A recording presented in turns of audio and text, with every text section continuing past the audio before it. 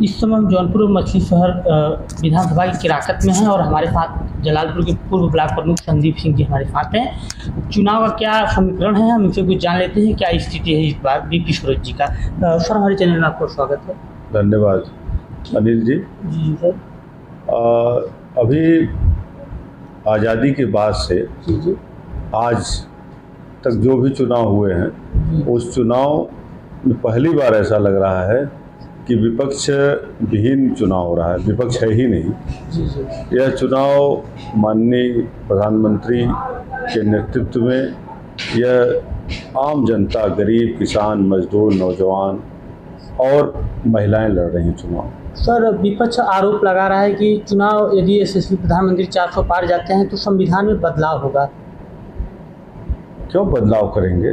जिस संविधान के माध्यम से प्रधानमंत्री जी आज इस देश के 20 साल मुख्यमंत्री रहे, 10 साल प्रधानमंत्री रहे, और उसी संविधान के माध्यम से इस देश के आम आदमी की आवाज़ बने हैं। आम आदमी, गरीब किसानों के लिए काम किए हैं, महिलाओं के लिए काम किए हैं, नौजवानों के लिए काम किए हैं।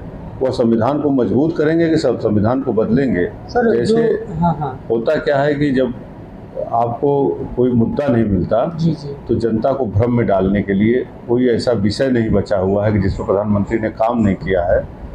अब आप देखिए कि इस देश के अंदर कोई ऐसा क्षेत्र नहीं है या कोई ऐसा व्यक्ति नहीं है जो माननीय प्रधानमंत्री द्वारा किए गए कार्यों से लाभान्वित नहीं हो रहा हो और वह कहीं न कहीं उससे जुड़ा हुआ न हो। और सबसे पहले तो सर, आप वहाँ जौनपुर नामांकन में कहीं दिखे नहीं। लोगों का कहना है, ऐसा तो नहीं संदीप सिंह जी नाराज हैं? नहीं, मैं नामांकन में गया था और चूंकि पार्टी ने मुझे इस समय मोहम्मदाबाद विधानसभा का प्रभारी बनाया है और वहाँ माननीय नीरज शेखर जी चुनाव लड़ रहे हैं, जो बहुत ही अच्छे व्यक्तित्व के धनी आदमी हैं और वह चुनाव एक तरफा लड़ रहे हैं।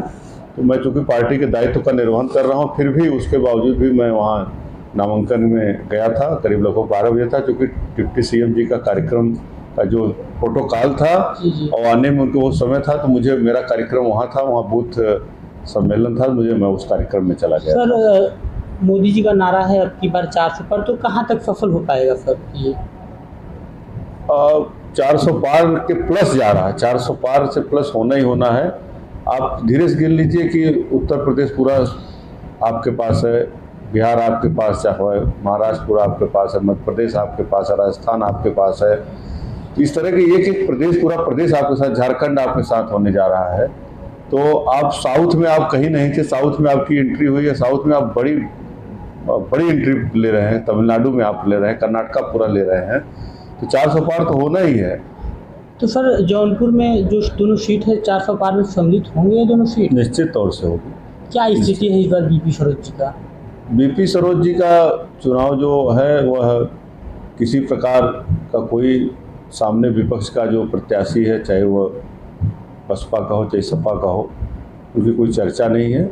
जहाँ तक बीपी सरोज जी का बात है, वो उनका चुनाव योगी जी लड़ रहे हैं, मोदी जी लड़ रहे हैं और मछली शहर की जनता लड़ रही है। कुछ लोग सर मड़ियाहों में विरोध किए हैं कि योगी मोदी से डर नहीं है और बीपी सरोज जी। ऐसा है, जहाँ बड़ा परिवार होता है और परिवार के तमाम सदस्य होते हैं, यही लोकतंत्र की खूबसूरती है कि विरोध भी है और विकास भी है।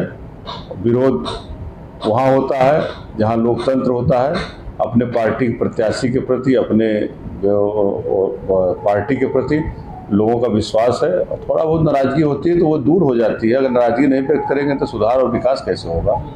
तो सुधार विकास के लिए नाराज़गी होगी। लोग आरोप लगा रहे हैं किराकत के कुछ भारतीय जनता पार्टी के लोग हैं कि आते नहीं है क्षेत्र में, दिखते नहीं हैं। लोकसभा का क्षेत्र बहुत बड़ा है और चूँकि पार्टी का प्रत्याशी भारतीय जनता पार्टी में 2019 में आए थे और 2 साल का कोरोना का कार्यकाल भी था, उसमें लोकसभा के सत्र चलता है। फिर भी उसके बावजूद उन्होंने समय दिया। नहीं दिया है तो समय देंगे, आगे अवसर दीजिए।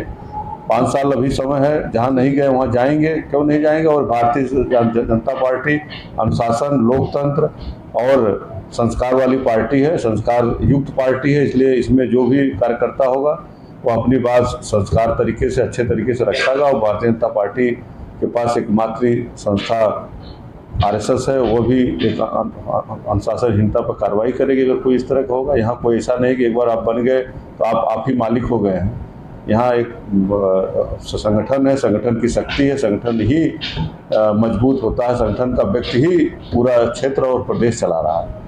चलिए बहुत